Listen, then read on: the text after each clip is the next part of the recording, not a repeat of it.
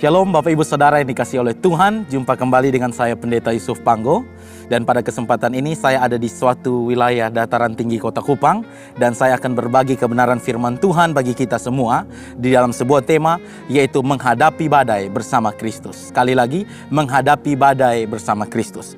Kita akan belajar kebenaran firman Tuhan di dalam Lukas pasal 8 ayat 22 hingga ayat yang ke-25. Sekali lagi, Lukas pasal 8 ayat 22 hingga ayat 25. Saya akan membaca bagi kita bagian ayat demi ayat sambil saya akan menjelaskan kebenaran firman Tuhan ini. Ayat yang ke-22 dari Lukas pasal 8, firman Tuhan berkata, "Pada suatu hari Yesus naik ke dalam perahu bersama-sama dengan murid-muridnya. Dan ia berkata kepada mereka, 'Marilah kita bertolak ke seberang danau.' Lalu bertolaklah mereka."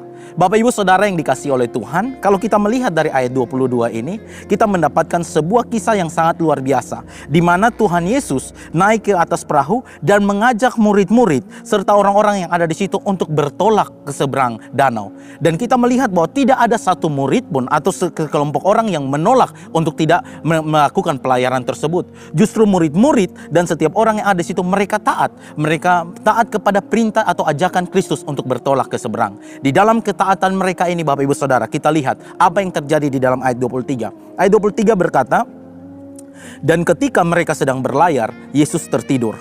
Sekonyong-konyong turunlah taufan ke danau sehingga perahu itu kemasukan air dan mereka berada di dalam bahaya." Satu hal yang sangat menarik Bapak Ibu, kita lihat bahwa perjalanan ini di mana murid-murid ini menempuh perjalanan ini bersama-sama dengan Yesus. Bahkan mereka diajak oleh Yesus. Namun di ayat 23 berkata, tiba-tiba di dalam perjalanan itu Yesus tertidur dan mereka diterpa oleh taufan yang sangat mengerikan, ya. Sampai di dalam ayat firman Tuhan di sini berkata bahwa mereka ada di dalam bahaya, taufan yang sangat berat. Dan Bapak Ibu Saudara, ini sebuah pesan firman Tuhan yang penting bagi kita, bahwa ketika kita mengikuti Kristus, ketika kita taat, kita setia kepada Tuhan, bukan otomatis hidup kita enak begitu saja Bapak Ibu Saudara. Ketika kita mengutamakan Kristus di dalam kehidupan rumah tangga kita, bisa saja badai persoalan itu datang di dalam usaha kita, dalam rumah tangga kita, tiba-tiba saja bisa datang. Dan Anda tahu bahwa taufan ini datang secara tiba-tiba. Nah, demikian pun di dalam pengiringan kita ketika mengikuti Kristus. Ketika kita taat, setia melayani Tuhan, ketika kita ingin hidup sungguh-sungguh dengan Tuhan, justru terkadang tantangan pergumulan datang secara tiba-tiba. Tetapi perhatikan Bapak Ibu Saudara, masalahnya tidak sampai di situ. Ayat 24 berkata, "Maka datanglah murid-muridnya membangunkan dia. Katanya, 'Guru, guru, kita binasa.' Ia pun bangun, lalu menghardik angin dan air yang mengamuk itu. Dan angin dan air itu pun reda dan danau itu menjadi teduh." Perhatikan Bapak Ibu Saudara, ada kabar baiknya. Bahwa ketika murid-murid mereka diterpa taufan, Yesus sedang tertidur, mereka membangunkan Yesus. Dan satu hal yang luar biasa Bapak Ibu Saudara dikasih oleh Tuhan.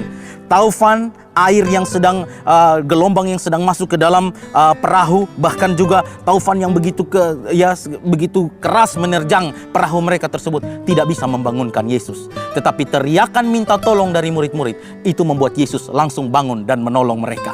Dan buktinya badai itu pun menjadi tenang. Ini sebuah pelajaran penting bagi kita. Kalau hari ini di dalam pengiringan kita mengikuti Kristus, ada masalah, ada pergumulan, ada tantangan kesulitan di dalam usaha kita, dalam rumah tangga kita, ingatlah bahwa Tuhan tidak akan pernah meninggalkan kita seorang diri. Ketika kita datang berseru kepadanya, Allah akan turun tangan, bertindak, menolong setiap kita yang percaya kepadanya. Karena itu Bapak Ibu Saudara yang dikasihi oleh Tuhan, marilah kita hidup sungguh-sungguh di dalam Tuhan. Kita percaya Tuhan dengan sungguh-sungguh, kita melayani Tuhan, kita mendedikasikan hidup kita kepada Tuhan. Dan percayalah, setiap tantangan, badai, masalah hidup apapun yang kita hadapi, selama kita berjalan bersama dengan Kristus, Kristus akan menyelesaikan bagi kita. Tuhan Yesus memberkati kita semua. Haleluya. Amin.